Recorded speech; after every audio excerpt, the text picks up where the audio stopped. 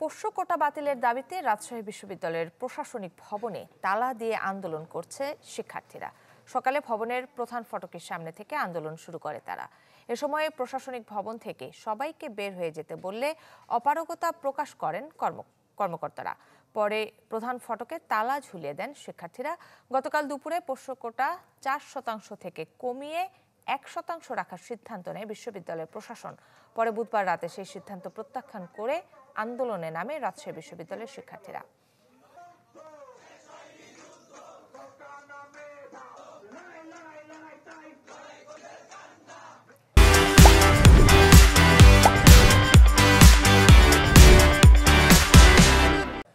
দর্শক, এই বিষয়ে বিস্তারিত জানাতে আমাদের সাথে যুক্ত হবেন সহকর্মী আবরার শাহিদ।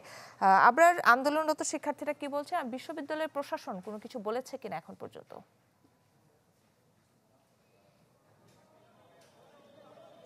বিশ্ববিদ্যালয় প্রশাসনের বক্তব্য এখনো পাওয়া যায়নি, কারণ উপাচার্য সহ ঊর্ধ্বতনরা এখন পর্যন্ত প্রশাসন ভবনে এসে পৌঁছয়নি। ভেতরে কর্মকর্তা কর্মচারীরা আটকা পড়েছেন, ফলে তাদের বক্তব্য জানা সম্ভব হয়নি। তবে যারা আন্দোলনে নেমেছেন, বৈষম্য বিরোধী ছাত্র আন্দোলনের নেতারা যারা রয়েছেন এখানে, তারা যেটি বলছেন যে কোটার জন্য জুলাই বিপ্লব অনুষ্ঠিত হয়েছে, সেই কোটা বিশ্ববিদ্যালয়ে এখনো পরিবারতন্ত্র হিসেবে এটি জিইয়ে রাখতে চায়। ফলে অদক্ষ মেধাবী অনেক শিক্ষার্থী তারা এখানে শিক্ষক পর্যন্ত হয়ে যাচ্ছেন, এবং এটাই আসলে জাতিকে অনেকটা পিছিয়ে দেবে বলে তাদের বক্তব্য। এবং বিশ্ববিদ্যালয়ে 4% যে পোষ্য কোটা ছিল সেটিকে 1% নামিয়ে আনাকে তারা দুরভিসন্ধি বলছেন, কারণ এই 1% পরবর্তীতে আবার যে 5% কিংবা 10% হবে না তার কোনো গ্যারান্টি নেই বলে তারা দাবি করেছেন। ফলে এখন পর্যন্ত বিশ্ববিদ্যালয় প্রশাসনকে শূন্য কোটায় নামিয়ে আনার জন্য এই আন্দোলন, এবং এরই প্রেক্ষিতে বিশ্ববিদ্যালয়ের যে প্রশাসন ভবন, সেই প্রশাসন ভবন অবরুদ্ধ। ভেতরে আটকা পড়েছেন কিন্তু প্রশাসনিক কর্মকর্তা যারা রয়েছেন তারা।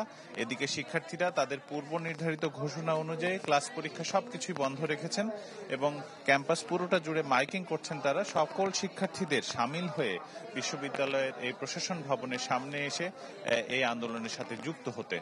তবে প্রশাসনের পক্ষ থেকে এখনো কোনো ধরনের বক্তব্য তারা পাননি। তবে তারা বলছেন যতক্ষণ পর্যন্ত না এটার সংকট নিরসনে প্রশাসনের কোনো বক্তব্য তারা পাচ্ছেন, ততক্ষণ পর্যন্ত এই আন্দোলন চলবে। যদিও কয়েকদিন আগে বিশ্ববিদ্যালয়ে ঊর্ধ্বতন কর্তৃপক্ষ ভিসি আমাদেরকে যেটি বলেছিলেন যে সকলের সাথে কথা বলে আসলে একটা সুষ্ঠু সমাধানে তারা আসবেন, এবং কোটা না বাদ দেওয়ার পক্ষে আসলে তারা ছিলেন না। ফলে এখন পর্যন্ত কি হতে যাচ্ছে এবং এখানে কতক্ষণ অবরুদ্ধ থাকবে সেটি কেউ বলতে পারছে না। এ ছিল আমার কাছে। আবরার, আপনাকে ধন্যবাদ।